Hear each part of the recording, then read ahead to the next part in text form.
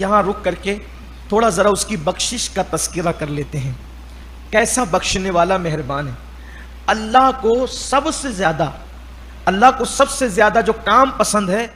السلام علیکم ورحمۃ اللہ وبرکاتہ.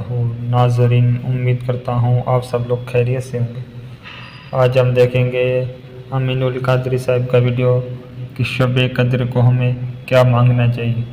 تو آئیے چلیے مل کے دیکھتے ہیں امین القادری صاحب کا ویڈیو. اگر آپ ہمارے چینل پہ نئے ہیں تو سبسکرائب کریں، لائک کریں اور بیل آئیکن کو پریس کریں تاکہ ہمارے نئی ویڈیو کی نوٹیفیکیشن آپ کو ملتی رہے. یہاں رک کر کے تھوڑا ذرا اس کی بخشش کا تذکرہ کر لیتے ہیں. کیسا بخشنے والا مہربان ہے. اللہ کو سب سے زیادہ جو کام پسند ہے وہ معاف کرنا پسند. اللہ کو معاف کرنا بہت پسند ہے. اسی لیے جب شب قدر کے متعلق میرے آقا علیہ السلام نے ذکر فرمایا تو ام المومنین سیدہ عائشہ صدیقہ نے عرض کیا کہ یا رسول اللہ، اگر میں شب قدر پاؤں تو میں کون سی دعا کروں اپنے اللہ سے؟ تو حضور اکرم صلی اللہ علیہ وآلہ وسلم نے فرمایا عائشہ، اگر تم شب قدر پاؤ تو تم اپنے اللہ سے یہ دعا کرنا، اللہم انک عفو تحب العفو فاعف عنی یا کریم. اے اللہ، بے شک تو معاف کرنے والا ہے. اللہم انک عفو، تو معاف کرنے والا ہے. تحب العفو، اور معاف کرنے کو پسند بھی کرتا ہے. فاعف عنی، تو پھر مجھے معاف کر دے. اللہ کو معاف کرنا بہت پسند ہے. اسی لیے حدیث پاک میں آتا ہے کہ پوری کائنات کے اندر یہ جو سب جلوہ آرائیاں دیکھ رہے ہو نا، یہ سب اللہ کی رحمت کا ایک حصہ ہے. کتنا حصہ ہے؟ ایک حصہ. اور 99 حصے رحمت کے میرے اللہ نے آخرت کے لیے رکھ چھوڑے. یہاں ایک حصے کا اظہار ہو رہا ہے اور 99 حصے کا اظہار کہاں ہوگا؟ آخرت میں ہوگا. آخرت میں کیسے اظہار ہوگا؟ بھئی غضب کا اظہار تو ہوگا، لیکن غضب کے ساتھ جب شفاعت کا دروازہ کھلے گا تو پھر جب کرم کا اظہار ہوگا تو کیسے ہوگا؟ صرف ایک حدیث اس پر سنیں.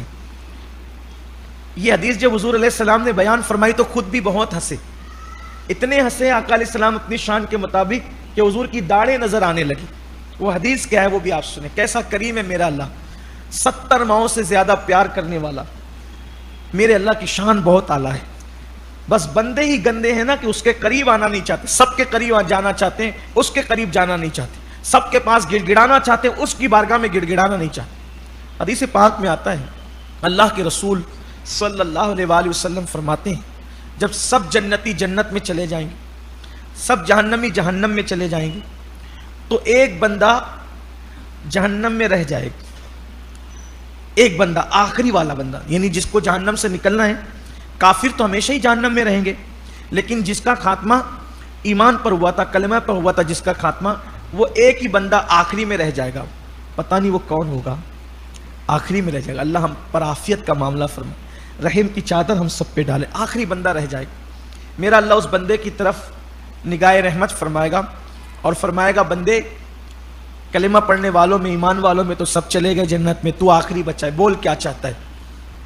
وہ کہے گا مولا تو بڑا رحیم اور کریم ہے، میری تمنا یہ ہے صرف کہ تو مجھے جہنم سے باہر نکال دے. بس اگر تو نے مجھے جہنم سے باہر نکال دیا پھر میں تجھ سے کبھی کچھ نہیں مانگوں گا. اس لیے میری تمنا ہے، اب میری دعا سن لے کہ مجھے جہنم سے نکال دے. میں تجھ سے اس کے بعد کوئی سوال نہیں کروں گا، کچھ نہیں مانگوں گا. اللہ فرمائے گا ٹھیک ہے، اس کو جہنم سے نکالو. فرشتے جہنم سے نکالیں گے. جب وہ جہنم سے باہر آئے گا پھر وہ اللہ سے کہے گا مولا جنت کی کیسی ٹھنڈی ٹھنڈی ہوائیں آ رہی ہوگی، اور جنت کی ٹھنڈی ہوائیں، مشکبار ہواؤں سے لوگ کیسے فائدہ اٹھا رہے ہوں گے. مولا اگر تو مجھے جنت کے قریب کر دے تاکہ میں وہاں کی ٹھنڈی ٹھنڈی ہوائیں، خوشبودار ہوائیں، اس سے لطف اندوز ہوں، اگر تو مجھے یہ دے دے پھر اس کے بعد میں تجھ سے کچھ نہیں مانگوں گا. اللہ فرمائے گا ٹھیک ہے. اس کو اٹھا کے جنت کے قریب کر دیا جائے گا. اب جہنم سے نکل کے ٹھنڈی ہوائیں جنت کی، سبحان اللہ. ارے جب برسات کے موسم میں ہوائیں آتی ہے تو کتنا اچھا لگتا ہے. یہ دنیا کی ہوا ایسی مزیدار ہے، جب جنت کی ہوائیں ہوگی تو اس کا کیا کہنا. انشاءاللہ ہم ایک دن پورا کسی بھی صورت کو لے کے جس میں جنت کا تذکرہ تفصیل سے آیا ہے، ہم انشاءاللہ آپ کو بتائیں گے کہ جنت کیا ہے. تب آپ کو پتہ چلے گا کہ جنت کیا ہے. حالانکہ سورہ زمر میں نے چاہا تھا کہ اس میں جنت کا ذکر بہت تفصیل سے آیا ہے تو سورہ زمر کے حوالے سے بیان کر دوں، لیکن پھر اس وقت ہم کسی اور سورت کا خلاصہ لے کر بیٹھے تھے، اس وجہ سے نہیں ہو سکا۔ لیکن سورہ واقعہ میں بھی جنت کا ذکر آ رہا ہے اور وہ کل ہی آنا ہے شاید، تو اگر ایسا رہا تو کل ہم جنت کا ذکر تفصیل سے کریں گے انشاءاللہ۔ معلوم تو ہونا چاہیے کہ اپنا آخری ٹھکانہ کیسا ہے، تاکہ اندر شوق بھی رہے نا جنت میں جانے کا۔ کچھ لوگ تو یہیں تک محدود ہے کہ حوریں ہوں گی جنت میں اور پرندے ہوں گے اور نہریں ہوں گی، اور بھی کچھ ہوگا، ہم آپ کو بتائیں گے تو آپ کو پتہ چلے گا انشاءاللہ۔ اگر جنت پتہ چل جائے نا تو آدمی ابھی مرنے کی تیاری کرنے لگے۔ جنت وہ چیز ہے۔ تو جنت کی ٹھنڈی ٹھنڈی، اچھا جنت کی ہوائیں اور خوشبو کتنی دور سے آتی ہے؟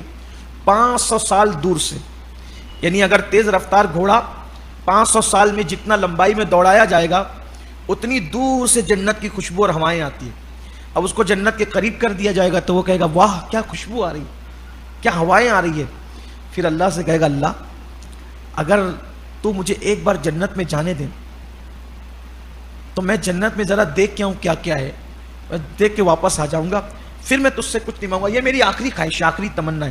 دیکھو پہلے نکلنے کی بات کی، پھر کہا کچھ نہیں مانگوں گا، پھر باہر آ کے کہتا ہے جنت کے قریب کر دے، پھر کہتا ہے کچھ نہیں مانگوں گا، پھر قریب ہونے کے بعد کہتا ہے اندر جانے دے۔ اللہ فرمائے گا ٹھیک ہے، پھر میرا اللہ اپنے کرم سے اس کو جنت میں داخل کرے گا۔ وہ جب جنت میں جائے گا وہ سب دیکھے گا، نہریں، درخت، پھل، یہ وہ سب نعمتیں۔ تو فرشتے کہیں گے چلو باہر، ہو گیا تمہارا ٹائم، اب نکلو چلو۔ تو وہ جنت کی زمین پہ بیٹھ جائے گا اور بیٹھ کے کہے گا اب تو میں نہیں نکلوں گا، اب میں باہر نہیں نکلوں گا۔ اللہ سے پوچھو اس نے وعدہ کیا تھا کہ نہیں کیا تھا کہ جو ایک بار جنت میں جائے گا وہ دوبارہ جنت سے نکالا نہیں جائے گا؟ تو اللہ کا جب وعدہ ہے کہ ایک بار جائے گا تو دوبارہ نہیں نکلے گا، تو میں آ گیا جنت میں، اب میں نہیں جاؤں گا باہر کیونکہ اللہ کا وعدہ ہے۔ تو اس وقت اللہ کی رحمت مسکرائے گی جیسا کہ اللہ کی شان ہے، اور اللہ فرمائے گا ٹھیک ہے اسے جنت میں رہنے دو۔ جب یہ حدیث میرے آقا نے بیان فرمائی تو حضور بھی مسکرا پڑے۔ یہ آخری جنتی، جو جنت میں آخری آدمی آئے گا، یہ اس کا حال ہے۔ یہ میرے اللہ کی شان ہے۔ ایک جب میرے آقا علیہ الصلوۃ والتسلیم اللہ کی بارگاہ میں رو کر امت کی مغفرت کی دعا کرتے ہیں تو اللہ فرماتا ہے محبوب کیوں رو رہے ہو؟ عرض کرتے ہیں مولا میری امت، میرا رب فرماتا ہے محبوب اگر وہ تیرے امتی ہیں تو میرے بھی تو بندے ہیں نا، یعنی اگر تم پیار کرتے ہو امتی ہونے کی وجہ سے تو میں بھی تو ان سے پیار کرتا ہوں، وہ میرے بندے بھی تو ہیں۔ لیکن ہم نے اللہ تبارک و تعالیٰ سے محبت کا وہ رشتہ نہیں جوڑا جو ہمیں جوڑنا چاہیے تھا۔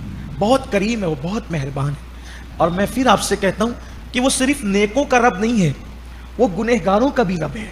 وہ ہم لاکھ گنہگار ہیں، پاپی ہیں، مجرم ہیں، کیسے بھی ہیں، لیکن ہیں تو اللہ کے بندے نا۔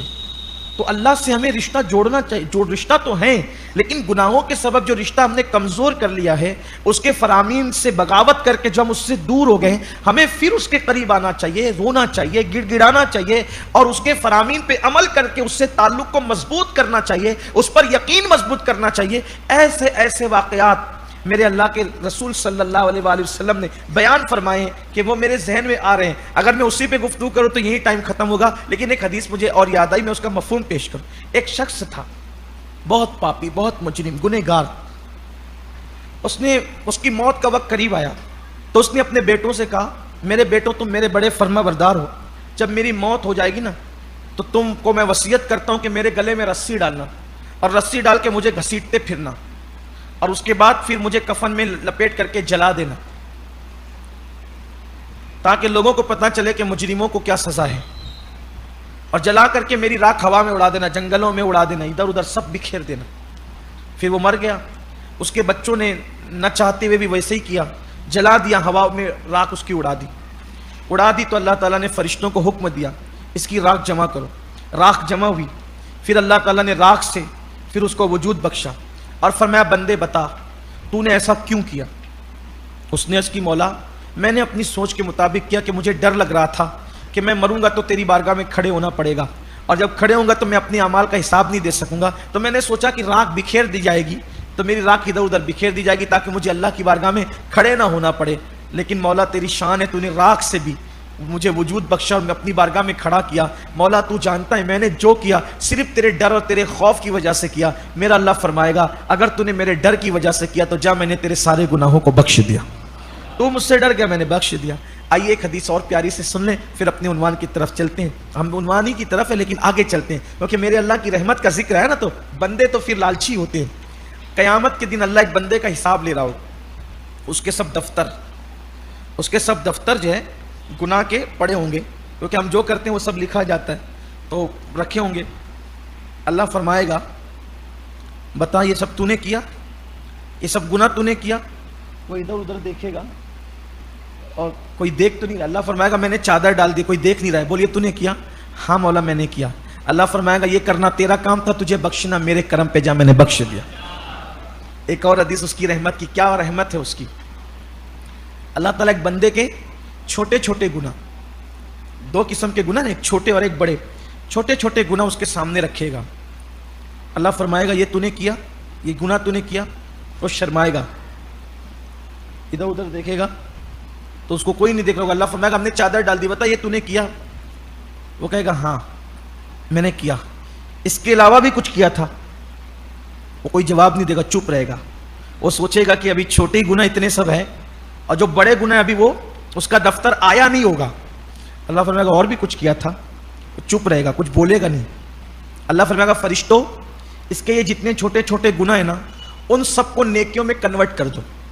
یعنی یہ جتنے گناہ تھے چھوٹے، اس یعنی یہ جتنی تعداد تھی ان گناہوں کو نیکیوں میں بدل دو، نیکیوں میں تبدیل کر دو، اور پھر اس کا دفتر گنو. وہ کہے گا نہیں مولا ابھی نہیں، ابھی تو میرے وہ بڑے گناہ کا دفتر باقی ہے، اس کو بھی لایا جائے. یہ بھی ہوگا میدان محشر. میرا اللہ ایسا کریم ہے، لیکن بندے کو چاہیے کہ وہ اپنے اللہ سے، لیکن جیسے وہ کریم ہے، ستار ہے، غفار ہے، وہیں پر وہ قہار و جبار بھی، آگے اس کا ذکر بھی آ رہا ہے. تو اللہ فرماتا ہے اور ہم جو ہے بخشنے والے. سبحان اللہ، سبحان اللہ، ماشاء اللہ، سبحان اللہ. کیا خوبصورت بیانہ سنا ہم نے. اللہ ہم سب کو رمضان شریف میں نیک عمل کرنے کی توفیق عطا فرمائے. اللہ تعالی ہم سب کو رمضان شریف میں روزہ رکھنے کی توفیق عطا فرمائے. اللہ تعالی ہم سب کو رمضان شریف میں رات میں جاگ جاگ کر عبادت کرنے کی توفیق عطا فرمائے. جو پریشان حال ہے اللہ ان کی پریشانی کو دور عطا کرے. جو بیمار ہے اللہ ان کو بیماری کی شفا عطا کرے. اللہ تمام مسلمان کی من کی زائد تمناؤں کو پوری عطا کرے. ہم اللہ تعالیٰ سے یہ دعا کرتے ہیں اللہ تعالیٰ تمام مسلمان کو جنت فردوس میں اعلیٰ سے اعلیٰ مقام عطا کرے. ایسے ہی اسلامک ریئیکشن ویڈیو دیکھنے کے لیے ہمارے ساتھ جڑے رہیے اسلامک اسٹیٹس چینل پر. انشاءاللہ ملتے ہیں ایسے ہی ایک نئے ریئیکشن ویڈیو میں.